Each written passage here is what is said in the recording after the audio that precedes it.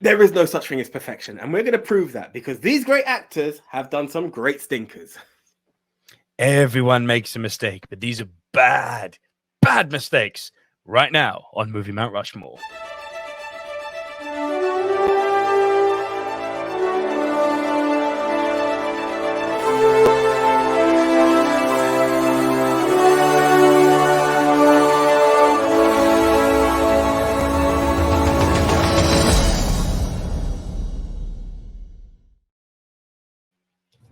Hey, screeners, how you doing? It's me, the one AJ, Anthony Jordan. We are back. It's me too, Nico Luro, and I'm happy to be back. AJ, I've been away too long. Let's talk movies. Let's do this. But before we talk movies, bro, would you like to explain what the movie Mount Rushmore is all about? Yes, basically it's a top 10 show between two best friends dating all the way back to our school years. Here's how the show works. Independently, we go away, we make our individual top 10 lists. We come back and we deliver to you, the Silver Screen Dudes, our individual top 10s. This week, AJ will go first, delivering his bottom 3. I will then deliver my bottom 3. AJ will deliver his next 2. I will deliver my next 2. Then when we get to our top 5, we will trade one apiece. If at any time while we are rounding off our individual top 10 lists, one person has a movie in a high position, that person will say, Hunt. And we will punt and talk about that movie when we get to the high position. Once we have both rounded off our individual top 10 movies, we will create the Movie Mount Rushmore. These are the 4 quintessential, diverse, must-see movies of the genre, which this week is... Top 10 bad films with great actors. Yeah, so stay tuned until the end to find out what our individual worst choice from an actor is. The worst bad film with good actors. And what the Rushmore is. Make sure you stay tuned to the end for that. And make sure you hit the subscribe button down below if you have not already. And give the video a like if you are a fan of movies. Tickle the notification bell if you want to see more movie goodness from right here on the Silver Screen Dudes. And just before we kick off, AJ, I suppose you want a poll update, yes? Okay, I wasn't sure because I was going to say, so guys, what happens after that is we, the Silver Screen Dudes, have the challenge of creating a Rushmore, which Nico just mentioned. Then it's over to you to take those 4 movies and crown El Capitan, the best of the best. With honors, sir, El Numero Uno. And to quote Highlander, in the end, there can be only one. How do you crown that one? It's simple. You head on over to X, formerly known as Twitter, and you head on over to @MovieMT_Rushmore. Or more importantly, the person that retweet @Movie Polls for You from JT of We Love Movies. And there is where you will see the contenders. Last time we were on film, our category was... the best movies with 100% on Rotten Tomatoes. Oh, this is where we let them fight. Our contenders were... Right. Our contenders were 12 Angry Men, 7 Samurai, Singing in the Rain, and The Terminator. Right, okay. I'm just going to go by... It feels like such wrestling logic. It seems so unfair. I'm going to go with the international movie taking the big hit. 7 Samurai in 4th place. You would have thought that, huh? Well done. I would not have guessed that if I were in your shoes. It's just something to do with the international flair. It feels really black unfair. And white, Japanese, subtitles, people, yeah. 7 Samurai only got 15%. Right. Still, it's not good Carter territory, but... Yeah. This one feels like a bit of a cheat because I think these last 2 challenged each other somewhere and I kind of got a victory on it. 3. I know but these 2 that I'm going off because I think I've got the number 1, even though it's not the number 1 I agree with, but I understand. Is Singing in the Rain in 3rd place? Jesus, well done. This is not the way I would have voted. Yeah, Singing in the Rain is in 3rd place with 21%. Now, this is the one that's going to kill me because it's my go-to number 1, but I understand who they're fighting against. 12 Angry Men in at number 2, right? How the hell? Honestly, this is why I say the cheat. The cheat was, I'm very sure 12 Angry Men and Singing in the Rain, or Singing in the Rain was in something the other time, and it came in the 4th place, and that's what kind of gave me a, it may not fare too well. And 12 Angry Men got 29%. The Terminator, who knew? The Terminator won this poll with 35%. Jeez. So it's not the biggest disparity between these 2 movies, but real talk, I probably would have voted the exact opposite to the way the poll went. Terminator, 12 Angry Men, Singing in the Rain, 7 Samurai. By cultural reference, yes, but the pop culture icon, Terminator was bound to win. People are seeing Terminator and not even thinking if it's 1 or 2. They're just like, it's Arnie, it's Terminator, it's got to win. AJ, the man of the people. AJ, your movie at number 10, please. Right, in at number 10. It's at number 10 because it's a guilty pleasure to me, but I know it was hated by people. I don't think there's a guilty pleasure. I actually had fun with this film. Okay. And this man has most recently won an Oscar, so you can't say he's a bad actor. He was obviously overshadowed by his slap. So I'm now going with Will Smith in Wiki Wiki Wild Wild West. Yeah, look, I'm aware of the hate that the film had, and I'm going to acknowledge it for the purpose. Kenneth Branagh is in this too, remember? I mean, so is Kevin Kline. So like, none of these are actually terrible actors when you really break it down. It's cheesy, but it was fun. I think it's a product of its time. I don't think it was worse than anything else that was released for it to got the hate that it got. It had an awesome soundtrack. Big up Drew Hill and Will Smith. But yeah, people really hated this film. It's not Will Smith's best performance. I will not stand on that island and be like, "Oh, Will's amazing in this movie." Will disses this movie. I know he does, but obviously he will because he's a man that Will Smith is cheap heat. Let's be honest. Will Smith and The Rock are the same breed of person who we will wave the flag of, yes, it's a crap movie because people call it crap. You accepted that film. When it came out, your promos and promotion for the film didn't go, it's a crap film. I've done it for the paycheck. Please to go and see it because, let's support it. You said it was a good film. You said it was good fun. 10 years later, you're going to say it's crap. No, own your stuff, bro. You enjoyed the film. I enjoyed the film. It was a decent film. It's a fun film. It's not a great film. He's given out better acting performances in Independence Day and Bad Boy for sure. Will can bring gravitas. You're not getting that here. Will's great. It's a fun film. Will's freaking great. Film. Yeah. So that's why it's my number 10 because it's a guilty pleasure. In at number 9, I've had mixed emotions from this film, and that's why it's there. I think it was the last from Fox. Fox just had nothing left in them. And I must admit, I have nothing but love for Anya Taylor-Joy. So that's why this film came out. But it's New Mutants. I like this film. I don't agree that this is bad. So here's my thing. The plot points of it, I think, reminded me of the TV series that DC released at the same time, Doom Patrol or something like that. I could feel the beat. It was like that meets Breakfast Club, and I knew exactly where it was going. It was just too on the nose for me. And I felt like had Fox not been purchased and this was like their closing chapter of the X-Men, I think there was a bit more effort to be made in this film. And that's why I can appreciate where people panned it more than I did. I wasn't overly excited by it. I enjoyed it. People hated New Mutants, bro.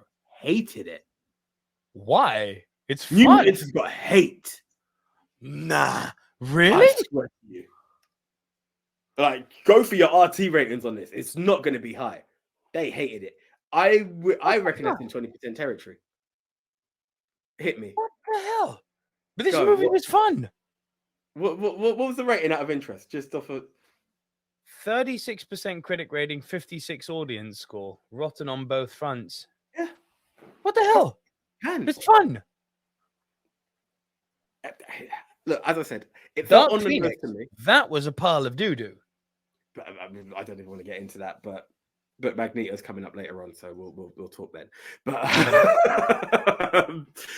yeah, this I because it was so on the nose, I didn't enjoy it. But it's a bit like Captain Marvel for me. Like, when you see something and you know where it's going to go, I could just see it and I was like, can we just get to it? That's how it felt for me. But I will say again, I think Anya Taylor-Joy is one of the freshest talents to come out. She's great. She's a face I look out for. If I hear she's in a film, it's going to catch my attention because she doesn't underdeliver. No matter what the film is, she just brings the rain. And that's what it was for me. So audiences scored New Mutants 56%, but scored Dark Phoenix fresh at 64%. That's why you don't listen to audience scores. But what was the critic response on Dark Phoenix average? So New Mutants critics gave it 36, Dark Phoenix 22. Fair. That's why you listen to critics. More informed. Don't get fantasized by spot fests. What is wrong with people scoring 64% of people like Dark Phoenix? I give up on life. Carry on. You're number 9. My number 8. We're flying through this today. Number 8 is your favorite Batman. A man who you would say can do no wrong, but it just didn't hit. The last of the Thor movies, Christian Bale in Love and Thunder.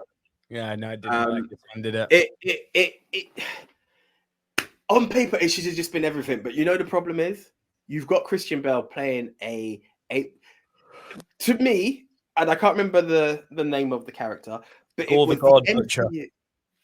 It was the MCU's version of, and you're going to agree with me here, Mr. Freeze. It was a cold, not Arnie Mr. Freeze, the animated version of Mr. Freeze. Cold, calculated, but he has an incentive and a reason behind him being the villain that he is. You know, I know that all villains have a backstory, but this one was something. It was grounded. He was that villain, and in all of that seriousness that you had from Christian Bale, bringing that darkness, you've got Taika and Chris trying to bring back Ragnarok, the comedy and the gold of Ragnarok, and they leaned too hard into that. It just lost its balance because. Yes, that Christian Bale's character and everything is all grey and gloomy, but it just didn't have a mesh to make it. The God Destroyer in any other MCU movie, make him the villain of Doctor Strange 2, it would have probably been awesome and all kinds of great. But you've just got this mismatch that just cannot work. There was too much heavy reliance on one side, but still trying to give so much depth and gravitas in the film. I've never seen such a confused film with so much anticipation from me at the same time. It just had nothing when it should have been so much more because it had all the right elements in it. And again, we were celebrating it. Christian Bale's in the MCU. It's going to be all kinds of great. It just did not bang. It didn't, and not because of him. Not because of him. No. Again, as I said, he brought something that was perfect, but just in the wrong movie. Yeah. It just didn't work. The God Butcher that didn't butcher gods. Yeah. Where are we at? Now, when you think that we've got Egyptian gods from Moon Knight, we've got Greek gods established in this, we've got all the Norse gods, you could have had some fun here. Mm-mm. Do you know what I mean? We not too long ago, we saw like Russell Crowe is there as Zeus. You could have done something. Just saying. Didn't work. Did not work. So sad. They leaned too hard into the comedy and it felt forced. Yeah. That was your 8, yeah? Yep. Okay. My number 10. Fun story. So this actor's last ever movie is coming out this Friday. I'm bringing Michael Caine to the party, AJ. In Jaws, The Revenge. Because AJ, this time it's personal. I saw this come up quite a bit. I need to rewatch Jaws 1, let alone having to go through that element. And I was like, I don't even recall ever seeing Michael Caine in a Jaws movie, so it couldn't make the list for me. He becomes Ellen Brody's main squeeze now that Chief Brody's dead, of course. Not from Shark, just this is the weirdest thing about the Jaws movies is that Chief Brody, first movie. Chief Brody, second movie. Chief Brody referenced in third movie, but never seen. Fourth movie, he died. Like, what the hell? Now, if you ever wanted to sign that this movie is a cash grab, there you go. Oh, we didn't get any of the main people back because they just read the script and were like, kill him off. Kill him off. Dude, it's terrible. They try to first off on the ichthyology side of things, they're trying to tell me that the great white, which is a cold water fish, is it somehow made its way to the Caribbean where it's very warm. I'm like, well, tiger shark, yes, great white, no. On that level, fail already. But then what they're trying to do is somehow convince me that this great white is somehow related to the other 3 great whites, 4 if you count the kid in the third movie, the other 4 great whites from previous movies, and is somehow out for revenge against the Brody family. And it's targeting them one by one. It goes after the first one, the second son, the mother. And it's like, what? Why does the shark have feelings? What are you trying? And that he's also a distant cousin. He's not even like the Mother Jaws coming back to or like avenge her. The other sharks died, G. Like, what are we doing? And like, yeah, Michael Caine does his best to blow the bloody jaws off. But even he couldn't do it. It's so bad. It's so bad. I'll tell you what else is bad, AJ, is my number 9. Two actors who have worked together before, and they rage debate out of that scene who came out smelling better, Pacino or De Niro in Heat. One of the great scenes, one of the great movies. Let's bring them back when they're in their 60s or 70s in a movie called Righteous Kill. Okay, question. Is Are we basing this on film or actors? Well, it's good actors in bad movies. So they call it De Niro, and we'll leave it as that, if you don't mind. Because Pacino is going to come up later. Oh, you're going to pump me on Pacino. Okay. Yeah. I see where you've gone. Yeah, I know where you've gone. I know exactly where you've gone. Double act? Yeah. Yeah, I know where you've gone. Yeah, well played. De Niro and a certain someone in this are too old to get me believing that they're badass cops in this. It doesn't work. It's not good. The movie is so bad, I can't actually tell you what the plot is. Like, at least Jaws the Revenge, I could tell you that shark is out for revenge, even though it's a shark we've never seen in the other 3 movies. This, it's like generic, vanilla, beige, cookie cutter, seen it all before, nothing new, surface level, vapid police movie. But let's try and hide that by inserting 2 of the biggest actors of all time in it. No. How about now? How about no? Oh man. Sometimes, yeah, it's not just putting actors in the film that make it great. I just hearing what you're saying.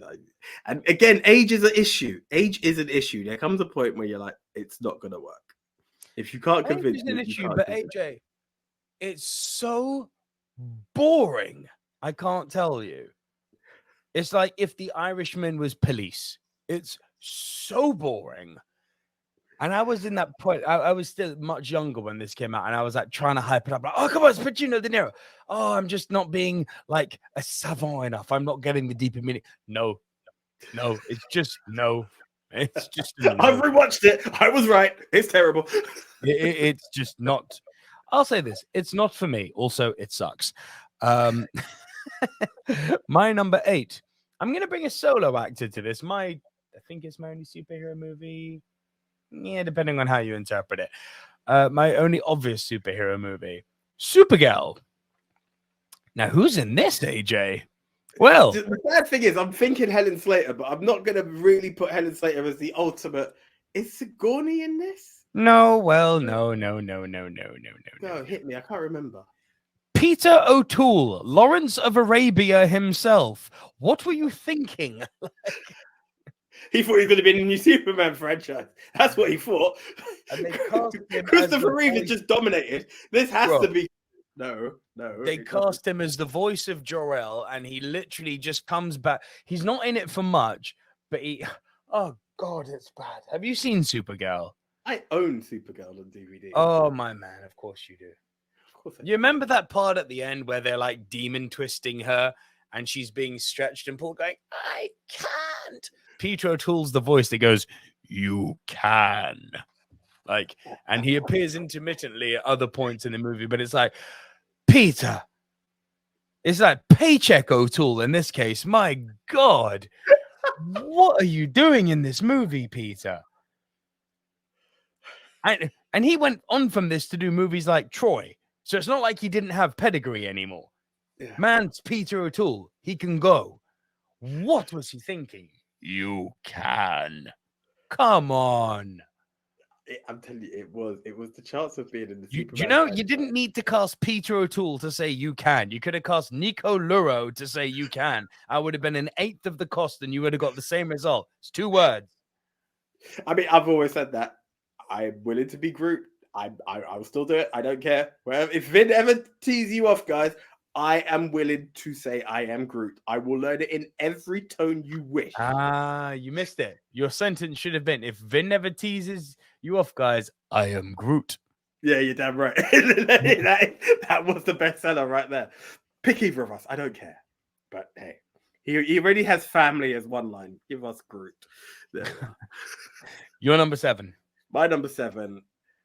No, it depends on how you see George Clooney. But my call on this one is definitely Uma Thurman. It's the before last of my comic book. Okay. But of course, it had to be Batman and Robin.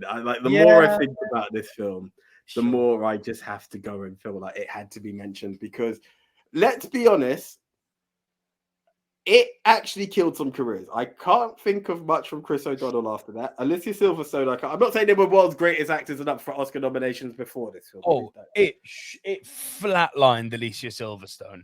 It destroyed them. George Clooney had a lot to go for, and he's still a joke based on the Flash movie. Uma was very lucky that she gets on with Quentin Tarantino. Otherwise, they literally say to him in The Flash, "You're not Batman." Do you know what I mean? It's literally a line in the movie. Like, that's a vile. Like, if you want to talk violations, you were Batman, and somebody's going to watch you deadpan in your face and be like, "You're not Batman." Yeah. Like, this film nearly ruined a lot of people. Arnie was, no one was spared from being in trouble from this film. Like, I don't think Arnie ever fully recovered from this. His big movies were all before this. True Lies, Last Action Hero, Predator, Terminator 2. This was all pre. Yeah, it's not like Running Man, Total Recall, Collateral. This all came. Jingle All the Way was before this, wasn't it? Like, there isn't anything good after this. This film kind of did a number on Arnie. There's one good film. I think you mentioned it as a drama that he'd done, but it's not a wide box office movie. Maggie. Yeah, I think that's the one. Maggie's good film, but not much love. There's not much love to it. It's an under the radar movie, if we're honest.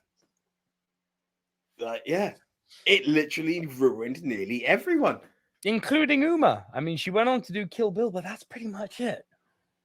Yes, this is the thing. All of her good films were.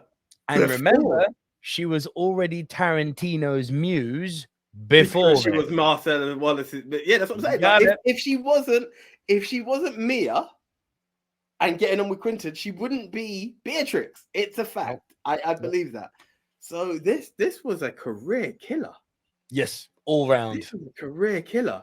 I've gone for Uma, but I mean, it's just depending on how much love you got for the other actors. I don't have. I'd question if any of them were actually ever great. I mean, good. Yes, that's the criteria. Good. The criteria is good. Uma's got a few films. I don't know which one. I don't know the name of the film. There was one where she was got a few movies where he's good, but like I don't think Clooney's a great actor. No, exactly. It's not. Yeah, but Uma's done a few films that I know that I had a bit of respect for, and I respected the Uma Thurman name. I can't quote the films, which is not the biggest defense. There was one where she had like a really huge thumb or something crazy. She had a tiny role in Lars von Trier's Nymphomaniac, where she was quite good, like playing the wife who gets cheated on. But I mean, it's a blink and you'll miss it, and you have to. Is that Uma Thurman? Oh yeah, crap! It is Uma Thurman. But yeah, what a sideswipe this movie was, man. Tell me about it. Yeah, so that was my number 8. Sorry, I've lost track. No, 7. That was 7. Yeah, 7. That is my number 7. At number 6, I'm going to be honest with this film. I don't know. I might get a lot of panning from people. Like, it was absolutely amazing. However, the great Leonardo DiCaprio has not been able to make me stay for this film. I remember putting it on during lockdown with the missus, and I think I tried 2 other times, and I couldn't catch love for this film. And you might be able to tell me I'm wrong. You might tell me it's a great film, but from a personal level, it wasn't that great. Funny enough, it's in the title, the name Great, The Great Gatsby. Oh, stop it. Bro, I couldn't get into it. There's something about this film, and I've realized that there's a bit of hate out there for it as well. And I just done it on the fact that I cannot get into that film. I cannot get into it. And I was just like, maybe it came up a few times as a bad Leo movie. And I was like, maybe I'm not alone in this. On that criteria, I would agree with you. But then we're like grading on a downward curve, aren't we? Because downward curve, potentially. But it comes at, like, when you say good actors, bad films, if you put it in the criteria, that's what kind of gave me the reminder. I was like, when I saw Great Gatsby, I was like, I can't get into this film. Fair. Correct me if I'm wrong. Is it worth giving it another stab? Because I just remember, sometimes it's the wrong time I've to only watch seen film. it once. I remember it being slow, but I remember thinking the payoff was good. Okay, maybe I'll take it back. But in the here and now, I'm like, it just didn't bang. Let's ask the critics. What does Rotten Tomatoes have to say? Tomato. Watch the audiences trash it and the critics love it. Wait for it. No, other way around. Audiences like it, critics pan it. Go. Critics say 48%, audience score 67%. Interesting. So there is Very love for it out there, one way or another, but I just couldn't. Honestly, it just more felt than like X-Men Dark Phoenix.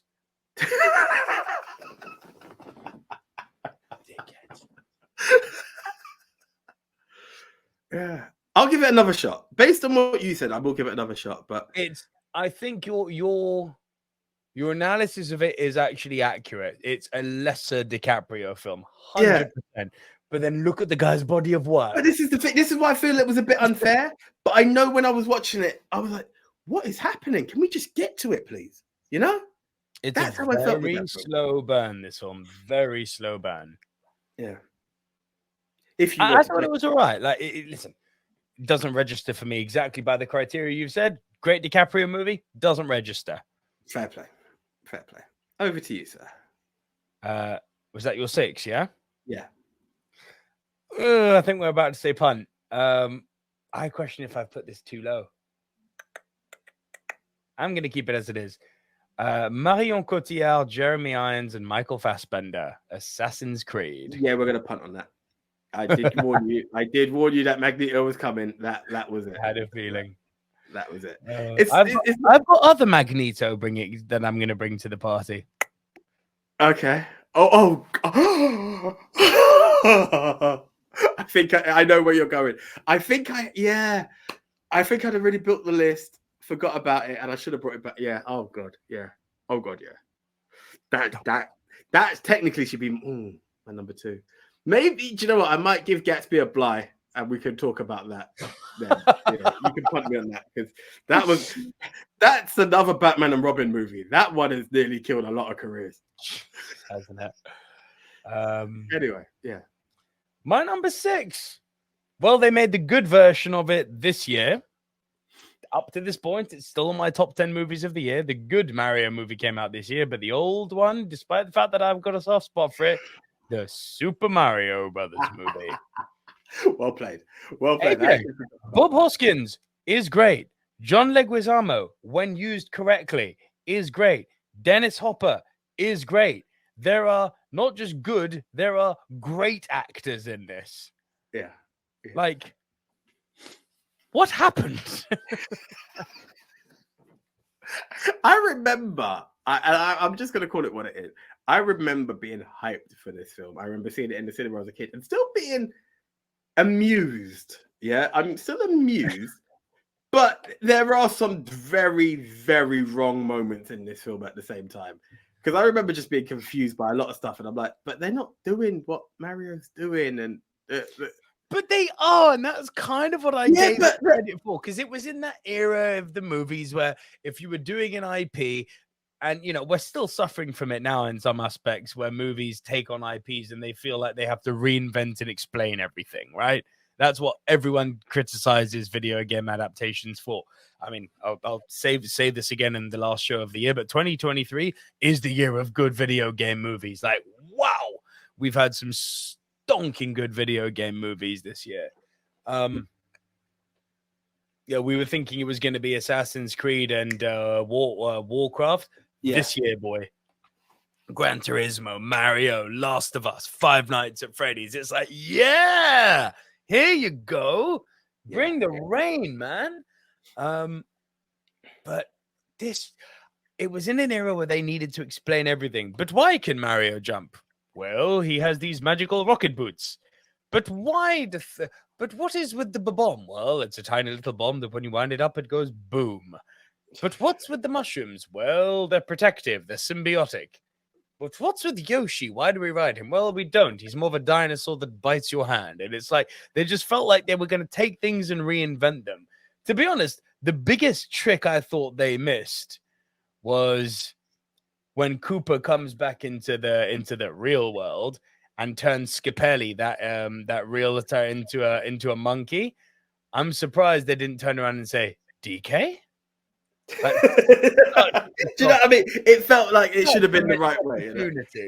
It's like you've put him in there. He's literally broken the fourth wall. Monkey see, monkey do. Monkey looked at the screen and went, I was like, call him DK. Please call him DK. Just do it. It's there. He is a monkey on a freaking construction site. It's there. Like, sorry, I have to bring up this side note, and I know we don't really do this much. Do you know what Mario was meant to be? Mario and King Kong at first. You know Mario is a product of the King Kong game. Do you know who it was originally meant to be? Donkey Kong, sorry, yeah. Do you know who it was originally meant to be? Tell me. It's meant to be Popeye and Bluto. But Nintendo had a fallout with the with the creators of Popeye. So then Bluto became Donkey Kong, and then they just changed it into Mario, and that's how it all. That's the origins of Mario. Well, we know who won that fight. It wasn't the spinach guy, and spinach became mushrooms. Yeah, skibbity bee, oh dear. But yeah, Super Mario Bros. Despite I think there's some weird hidden alcohol needed charm in this movie. It's still terrible. Yeah. Do you know what also threw me off? Like playing the original Mario, is it the Goombas? They're yay big. Now they're these big NFL monsters with like the smallest heads ever, and I'm just like, it threw me off. I was like, you what? But see, even that, you can explain all their creative decisions because I can see how they were interpreting it. Like, you know, that scene in the lift where people are like, why do they stop grabbing them and making them dance? Well, I'm like, well, the Goombas are doing this. How do the Goombas move in the Mario games? They walk like this. I'm like, they're kind of paying homage to the game. But this is the point I was making, is that they're reinventing all this stuff from the game and putting like we must do exposition on everything scene. Is that you don't need to explain to me why the Goombas move like that. Just make them move like that. You know what I mean? Like, exactly. Yeah. If you're a fan of the game, you're going to recognize it. Yeah. Yeah. And if you're not, you'll accept it. Move on. I don't need a little scene for it. Right. Weird. That was your number 6. Yeah. Your 5. Right. My number 5. I'm going to quote 2 great actors. Do you know what? I'm even going to go for 3. But it's 2 actors I've seen in it. And this was one of the worst films I've ever seen. And again, I couldn't finish it. Absolute garbage. Bradley Cooper, Emma Stone. I don't even recall seeing Rachel McAdams in it. Right? I just read. What the? John Krasinski's in it. This is how bad. Like, Bill Murray, Alec Baldwin, Danny McBride. Like, there are some serious people in this film. This was Aloha. I remember seeing it on Netflix, and I was like, Emma Stone, hilarious. Bradley Cooper, this has got to be good. I didn't even see Rachel McAdams, but I kept watching this film. Couldn't laugh. Absolutely confused. It's to do with like an army deploy in Hawaii, I believe. This early silver screen. I can't remember what we were doing. I was like, this film's going to make whatever list. Boy, this is before we ever had a worst, because this would have jumped straight into worst. That's how early I've seen this film. I couldn't get into it, couldn't laugh, couldn't. And I'm like, if this is a comedy, why am I not laughing? What is the plot? What are you trying to tell me? I have never been so disappointed in a film based on a cast and just gone, I'm done. I'm done. I can't even explain what the film's about. It's that far back. But when I'm talking about great actors in Hawaiian righteous kill. It was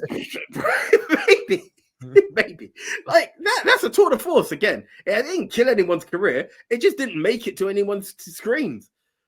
It was just terrible.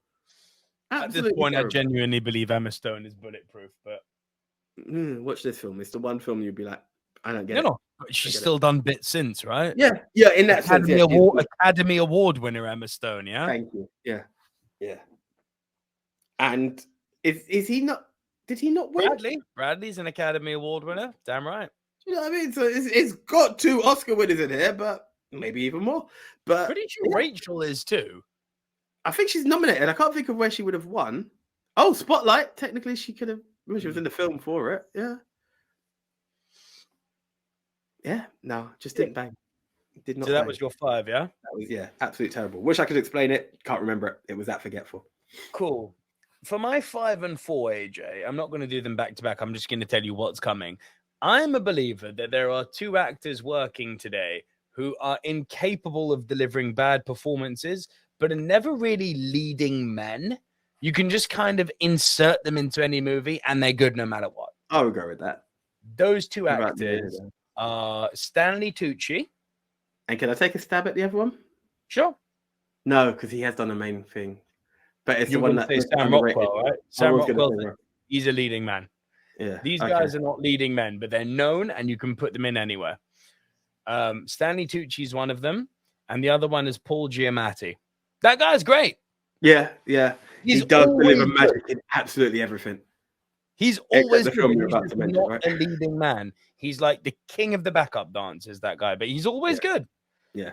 Let's start with Stanley Tucci.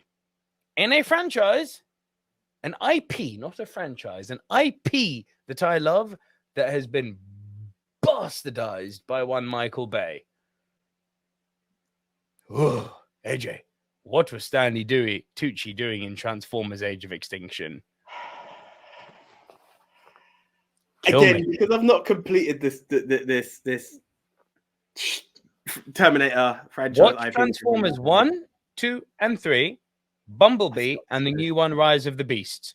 Never acknowledge the existence of 4 and 5. Like, Tommy Wiseau looked at these movies and went, "Oh, big robot."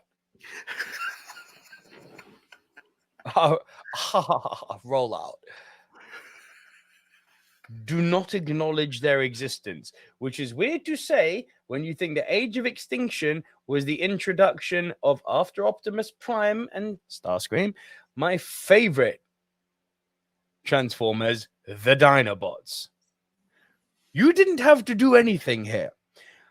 I often criticize people of being spotfest monkeys by just being pleased by visual noise. This guy with Transformers, Ravage, Eject. Now, it helped that Bumblebee was actually a very good movie, to be fair, right? Yeah.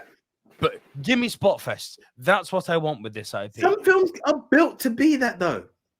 Spider-Man Homecoming. Or No Way Home, sorry. Spotfest. The plot didn't make sense, but it was still fun. You're introducing the Dinobots. How did you mess this up? How? You brought Mark Wahlberg, who's not the best actor, but he's at least a good action star. You brought Stanley Tucci to the party. How did you make this a... How did you slip? It's so easy. But no, we have to make the Dinobots the Bay Dino. We could be here all night. This movie's terrible. Stanley Tucci's in it. Somehow miraculously move on. Right. It's the one film we've punted on, so it's guaranteed to make it into the Rushmore. Yeah. Michael Fassbender, Assassin's Creed. Now, and Marion Cotillard and Jeremy Irons. Yeah, I take it for the leading character. Like, here's the problem, right? We talk about video games and Mario rightfully in the realm of they're terrible, but for fan service, you can go into it. You know, even for all the hate that you want to have for Sonic, you could be like, well, it's not even fan service in that, but there are certain redeemable factors. Now, there are other films. It's not even hate I have for Sonic. The movie's just fine. I don't think it's great. I don't think it's terrible. It's just there. Then you've got games that have a blueprint, you know, and they could be great or they could be bad. Like, you could take the Angelina Tomb Raiders, give or take them. Then you take the Vikander ones and you're like, it's a blueprint of the game. You've done what you had to do. You've got the magic. I've not played the game, so I can't say how great it is. They're really good. I'd say they're better than the originals. However, I'm going to talk to you after that. I don't want to get into a tangent, but I'm so excited about the trilogy. Really, really amazing. But anyway, getting back to the crux of it. If there is ever a franchise of games that needs no work whatsoever, literally just ask Sony to pass you the script for the game that you have written, it's Assassin's Creed. Ubisoft, should I say, because it's available on that. Yeah, there's one other I can think of, and that's Metal Gear. Yeah, but do you get what I'm saying? There are some games that need no work. And none is there. It's there.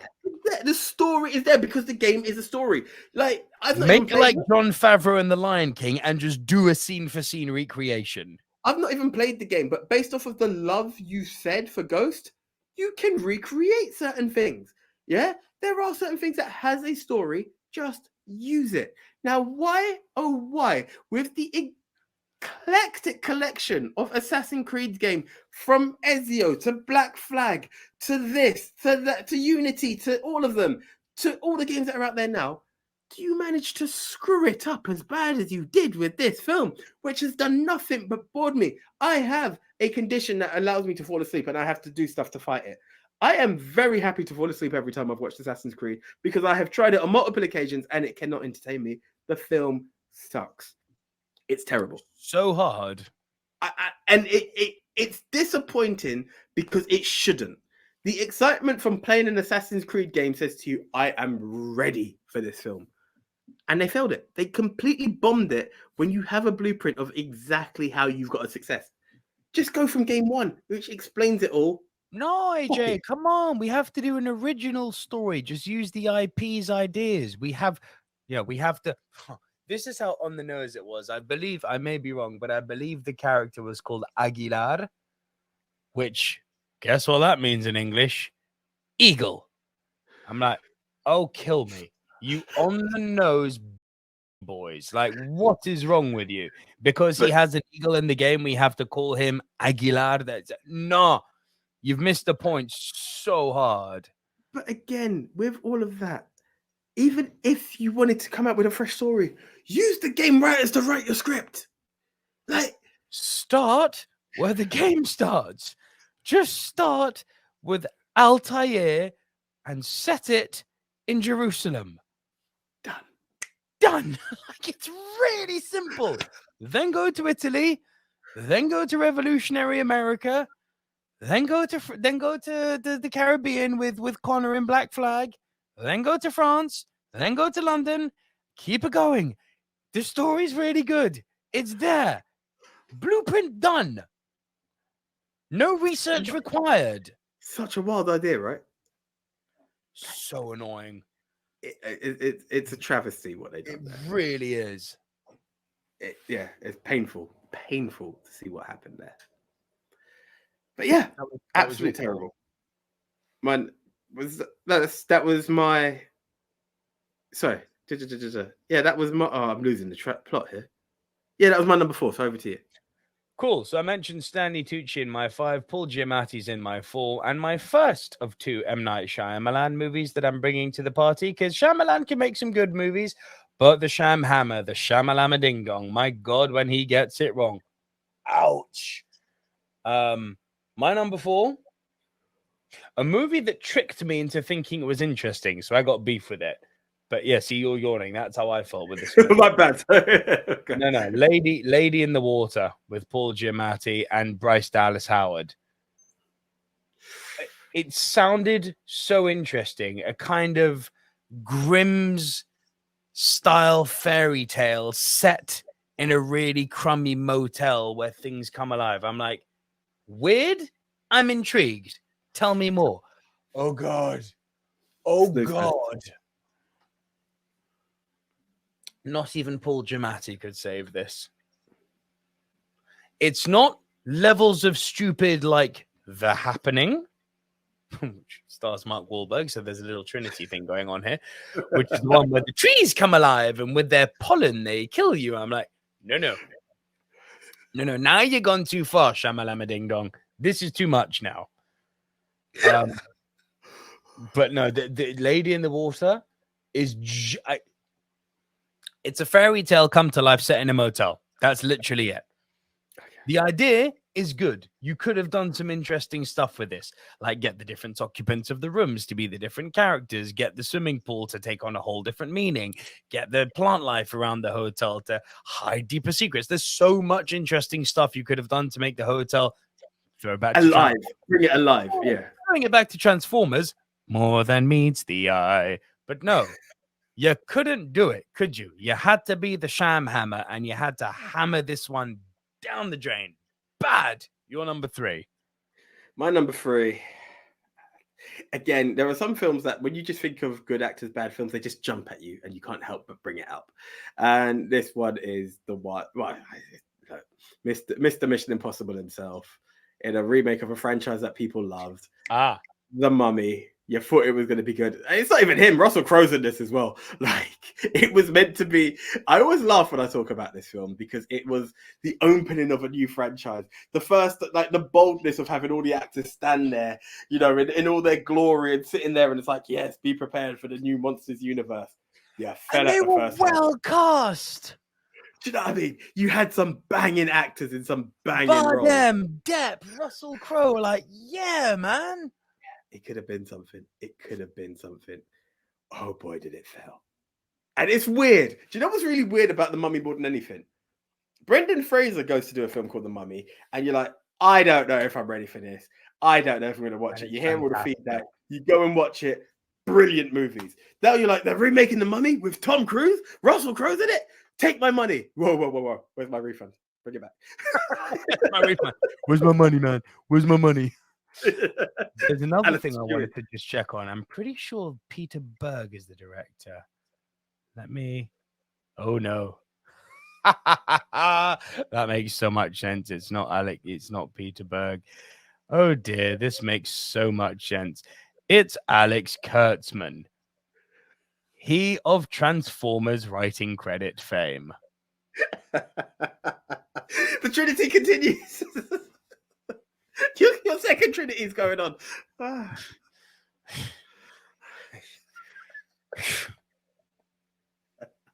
We move on. We're trying to keep it short and sweet. Okay, you're number 3. The other Magneto. Jellicle Cats. Oh, this movie sucks. So much. I couldn't believe how bad this sucks. I knew you wanted to walk out. I knew you never walk out. I couldn't believe how bad it was. I couldn't believe, given that Toby Hooper, who had just come off of directing Les Miserables, with the cast, the Ian McKellens and Judi Dench's and freaking what's her face from Dreamgirls, the Babla, help me. This one, yes. I should have known. And for all the love that people give it, maybe we couldn't have a backup dancer, Idris Elba, Taylor Swift. You beat me to my next line. You beat me to my line. You told me Idris was in it. First warning. Then you find out James Corden's in it. Second warning. The writing was on the wall. You cast either of these two plum sacks, you don't usually have a good movie. Hold on. It's so good, and they're in Luther. Cool, keep him on the small screen. Huh? Rebels in it as well, which is another red flag. Oh, massive. Rebel being Rebel. Also, why do the cats not have buttholes? I just want to put that little nugget out there. It's weird that you decided to not digitize their feet. Like, there are visible multiple times throughout the movie scenes where the cats do. Jellicle cats don't even know what the hell that means, but the Jellicle cats with the Jellicle names flapping their kitty paws all over the place. The kitty paws are human feet. They're not cat feet. They're human feet. They forgot to put the special effects of the feet in. You can see ballet shoes. Do you know, for the criteria of actors that you just listed, for the love, the promotion that came out for it, the director that you mentioned, and you know they put money into this. Oh, yeah. It did feel very, very, very B-movie. Yeah, do you know what I mean? It just, where it should have landed, it didn't. It was such a miss. And you're like, ooh, this is bad. Real talk, the only good thing was Taylor Swift singing McCavity. Yeah. That was good. I enjoyed that. There were no cat buttholes. There were no cat feet. I wanted some proper cat parts. I don't mean parts. Yeah. I mean, like, the cats were not digitized properly. It looked like it looked like a load of adults had got drunk and been to one of those children's parties where they do face painting.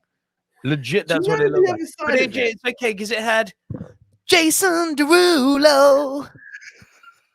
A man Do you who know the begins other every side song of by it? singing his own name. Go on, Jason. It should have been actual. I know it sounds weird, but live action cats. It should have been a photorealistic film with Sure. these people providing the voices and maybe the hints of, like, let's be honest, Like the Whoopi Lion Goldberg King. is a hyena. Do you Huh? know what I mean? Whoopi Goldberg is one of the hyenas in there. Yeah. Like, what I'm saying is, facially, you can tell it's Whoopi in there. Even though it's a hyena, there are traits of Whoopi. Like, out of that hyena there, that's the Whoopi Goldberg one. You could have done that with these. It's cats, and it has a hint that you're like, oh, that's Judy in there. Do you know what I mean? Without it being cheesy, you know who's who. And that's what you could have done. That's the power you had with this. And I understand it would have been a bit of a disservice to the play. Riddle me But- this. This came out after the Jungle Book. But this is what I'm saying. Think on that. It just doesn't make sense. And I know you're trying to maybe keep it close to stage, but it just didn't land. It was terrible. It was absolutely terrible. As I said, it's the one time AJ had two hands and was like, I'm not going to do it because I don't walk out of films. But I was close. It's the closest I've ever been. Should have done it. Should have done it. Then we would both have one accolade in common. We've both walked out of an Idris Elba movie. Fair play. That third Star Trek movie he was in, which is a shame because I actually like those first two Star Trek movies from JJ.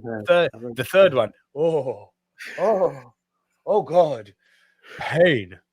You mean Brixton couldn't do it for you? Anyway, we digress. Waste man.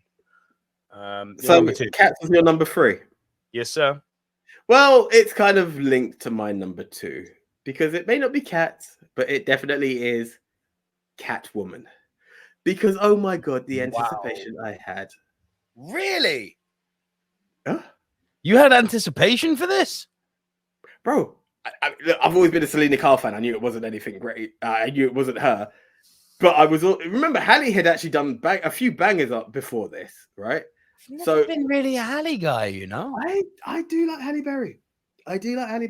And that was the other thing. Like, yeah, I'm not even going to get into the dream crush that you gave me about the stuntman who was Halle Berry for most of the film, apart from Halle Berry. But I'm not going to lie, there was a bit of female adoration going on there and glorification. And I was like, okay, my God, this film was bad. My God, this film was terrible. And this, again, let's say it. You didn't like the part where she just sneaked out the jail cell because she's a cat? Yeah, but again, let's call it. We talked about it with Aloha. We didn't really mention it with Tom. This is an Academy Award winner who stunk the joint out. And a Razzie winner because of this movie. Yeah, do you know what I mean? Not many people could be in both categories. She got it because of this film. This film, I don't even know, like, you tried to give lore to the Catwoman legacy, which could have just been, this is who she is. She's just happened to have got the power, but you've gone and given it this whole, the history of this. It just didn't, there was nothing in it that worked. And then was it, if I'm not mistaken, was it not like some cosmetic cream that Sharon Stone was selling that made her the villain? Like, even the plot behind it for what there was a villain for just sucked. The film had nothing redeeming to it. It was just terrible. And again, we talk about not recovering from films. I don't think she was able to. Like, she'd done a film called The Call, which was good, but it didn't exactly make it to the cinema. That was straight to the bargain bucket. This killed her. Yeah. Yeah, this is a career-killing movie. No one talks about Halle Berry, mate. They don't. And again, she, there was a lot of love around Halle before that, and this came and it was just done. Bad kitty. No cat buttholes. I'm telling you, don't make cat movies with cat buttholes. Michelle Pfeiffer got away without a cat butthole, but I don't know. I saw some pretty kitty butthole there. So Kravitz. Anyway, we digress. There you go. Dude, my next two are like, the pedigree of actors in them is actually crazy. I mean, the one I've got is mental. I know you're not going to have it now. My two, Joaquin Phoenix and Mel Gibson in a movie, AJ, which I don't think you're aware of how much I hate. I actually think this is my most hated movie of all time. It's one of those beautiful counterbalancing acts where some people weirdly praise it, and I think it is the most tremendous piece of doo-doo, because I can't say, well, shib, haha, tremendous piece of shib. And it's from the Shamhammer again, AJ. Signs. I remember you saying there's a lot. I remember you hating on this film. I've not watched it. Despise this movie, and it tricks you. It tricks you into thinking it's interesting. It's surface level interesting. The first 20, 30 minutes, you're like, I'm on board with this. And this is the guy who did The Sixth Sense. Also, this is going to be a good film. All right, yeah, I'm in. What we got? Oh, aliens, crop circles. We've got isolated people in cornfields, miles and miles away from help. And the crop circles are getting closer and bigger. Okay, stuff's going down. And then we're doing kind of third-person narrative where the main characters start to see the aliens, but in various parts of the world, because there's other parts of the world where the crop circles pop up. So they start to see them on TV and thinking, are these the same visitors that we have? Then it gets dumb. Then they start doing things like wearing tinfoil hats, using... This is a thing. It's a meme. It's from this movie. Joaquin Phoenix in the tinfoil hat is in this movie.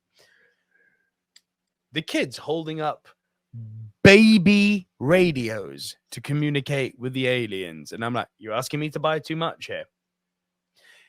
There is legitimately a very good jump scare where an alien shoves its hand underneath the door, which is a proper jump. That's a good jump. And then let me just bring the poster up again. A blockbuster with brains. Okay. AJ, what's our planet? Not Earth, but what's it also known as? The what planet? So the blue water, planet. The water planet, no? We're the blue planet. Yeah, that's why, right. Yeah. Why are we called the blue planet? Because of the water. Okay. Do you know what these aliens are allergic to? Not water. Water. Duh. This is the same level of stupidity. AJ, what's Magneto's power? Yeah, the man who can control metal hides in the woods, yeah? Man who can control metal hides in the woods. The aliens who are allergic to water come to a planet which visibly from space is covered in water. And I just swore. I'm sorry. 57 It's fine. So, I say to you, the movie dumb. The movie really, really dumb. The movie is deplorable in the fact that it tries to trick you into thinking there's some deeper entertainment when there is none to be had. And the ending is... Sorry. Sorry. I'm not one to break the laws of logic here, but just listen to what you're saying, right? In entering the Earth's atmosphere, even if you didn't recognize that we were the water planet, right? In entering the Earth's atmosphere and landing through to Earth, our actual land, okay, you've missed the water on the ground. You've passed clouds. Now, I'm not the biggest expert. Condensation, vapor, water, yes. So the crop circle should never have freaking happened because they would not have been able to reach there. Thank you. You are understanding my point of view now. Oh, you've lost me. Oh yes. So bad. And people think it's good. I'm going to make a point. What does Rotten Tomatoes say about this movie? I bet it's got good scores. I bet that's the most flawed logic. If you're allergic to water. AJ, audience score, 67%. Critic score, 75%. This movie is terrible. I'm not saying that I know every Shyamalan Rotten Tomato score, but you do have times, and I think critics as well as audience are guilty of this. You do get D-riders. I'm not going to say the word because I'm not here to do more editing, but you do get D-riders. As long as you know that there are certain beats. It's got Phoenix. It's got Gibson. It's a Shyamalan movie. Like, yeah, it's got to be good. Like, No, acknowledge what you're doing. And I'm not saying you have to be a scientist, but I'm not the brains of Britain out here. And I figured it out that if you landed on the Earth while your ship passed the cloud, you clearly had to be done.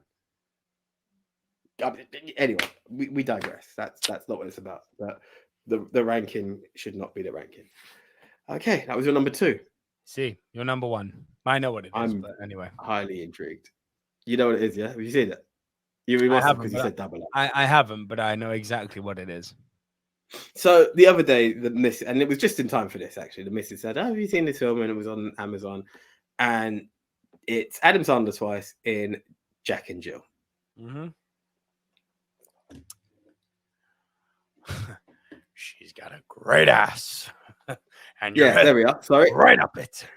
yeah, here's the thing, right?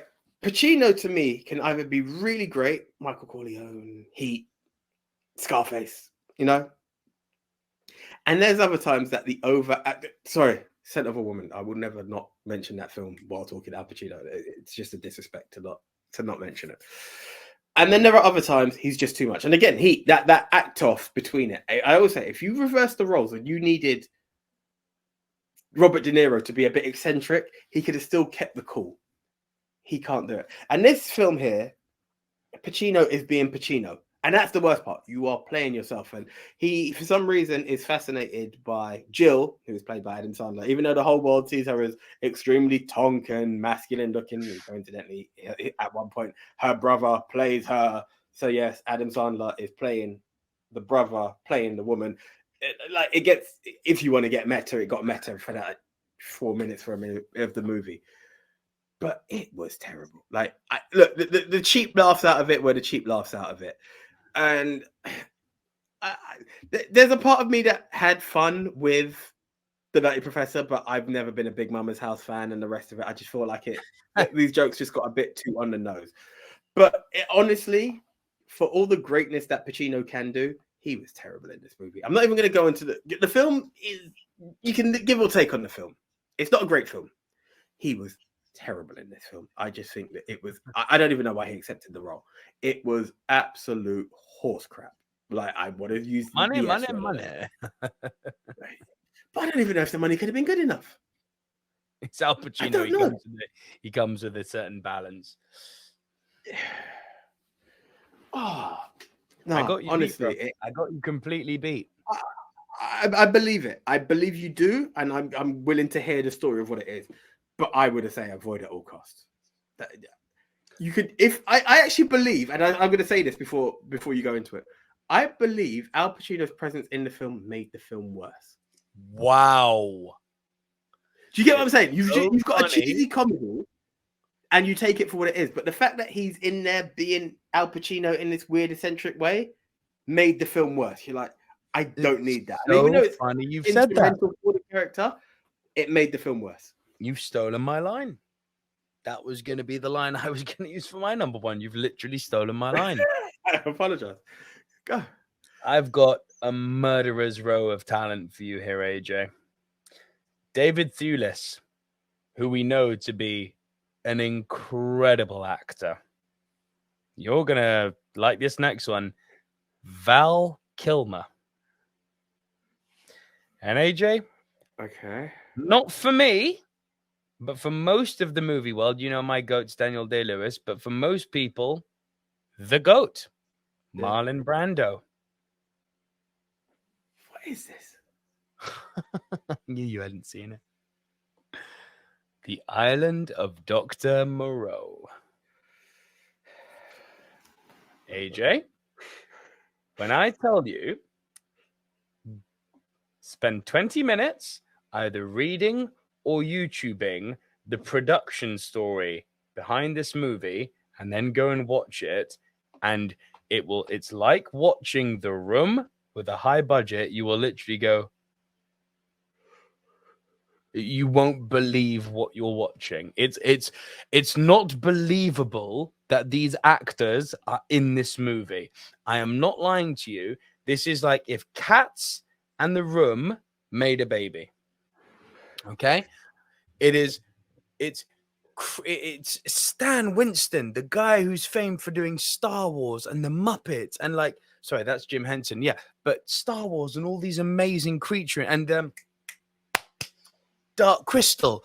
Like, he's an icon. The man who does all the creature creations for these various movies. He did this, and it's literally adults in face paint and stuff. So the premise of this movie is David Thewlis is in a shipwreck, and he gets picked up and taken to this island by Val Kilmer. And on this island, they've got this crazy kind of almost Colonel Kurtz-like cult leader being played by Marlon Brando, called Dr. Moreau, who is fusing human and animal DNA to create the perfect being. And he controls them like you would a dog, you know, with ultrasonic whistles and electric shock stimulus. But when I say it is so bad, and you can tell, you can literally see it playing out in front of your eyes, that you're wondering, like, how did you keep pressing record here? The actors are purposefully acting badly, because when you go and read about the production story, they were in production hell. You think Apocalypse Now was production hell? It ain't got nothing on the island of Dr. Moreau.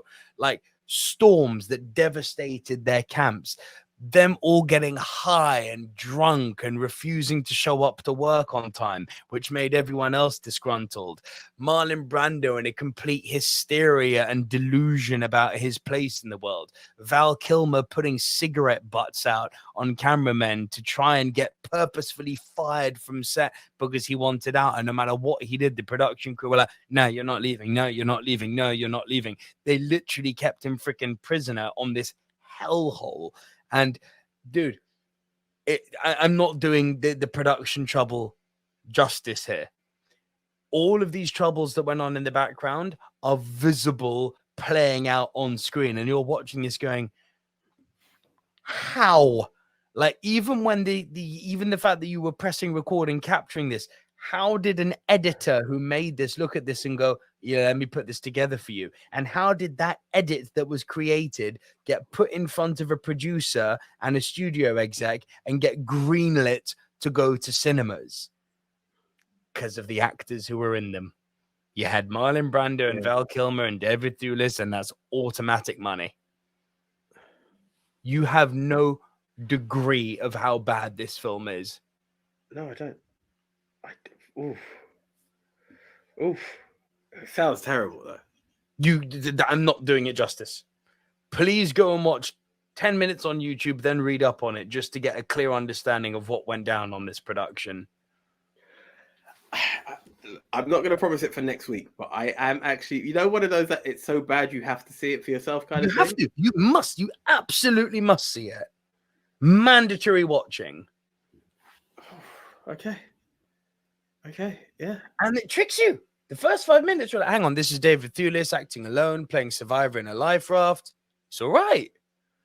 Oh, wait till they get to the island. And it doesn't take long. It's 5-10 minutes. And then you're like, oh, this is where it all went wrong. How long is this movie? Oh, it's another 2 hours. Oh, God. Oh, it's a long one as well. It's 2 hours and a bit. 2 hours 5, 2 hours 10. It's not long, but it's like, boy. Okay. Scenes of Marlon Brando playing to his animal creature creations, the piano. Oh, and by the way, the music's so bad because Marlon Brando couldn't play the piano, but he insisted on playing the piano and wanted what he was playing to end up in the final version of the movie. So you're listening to this, and there's all of a sudden, you know, like, I'm not musically talented, but I can hear when there's that, hey, yeah, that key shouldn't have been right. That's not right. That wasn't right. And then you're like, dun, dun, dun, dun, dun. Hey, yeah. What the hell's wrong with the sound dubbing? And then you read up on it. It's like, oh, Fat Boy wanted his music in. I'm like, okay, got it. It's mental what went down on this production, bro. This is mad. I've got an interesting concept for you if you're interested. I'm always interested. Tell me. So, let's be honest. Assassin's Creed was the one punt. Has to. Instant. Yeah. What is regarded as many people's favorite film?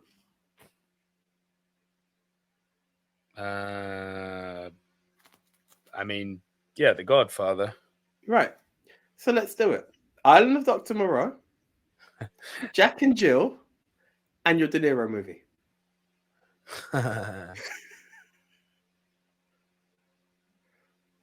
You don't want to put Cats in there? I mean, yeah, that is worthy, to be honest. I think Cats has to be in there. Yeah. De Niro, you've been spared.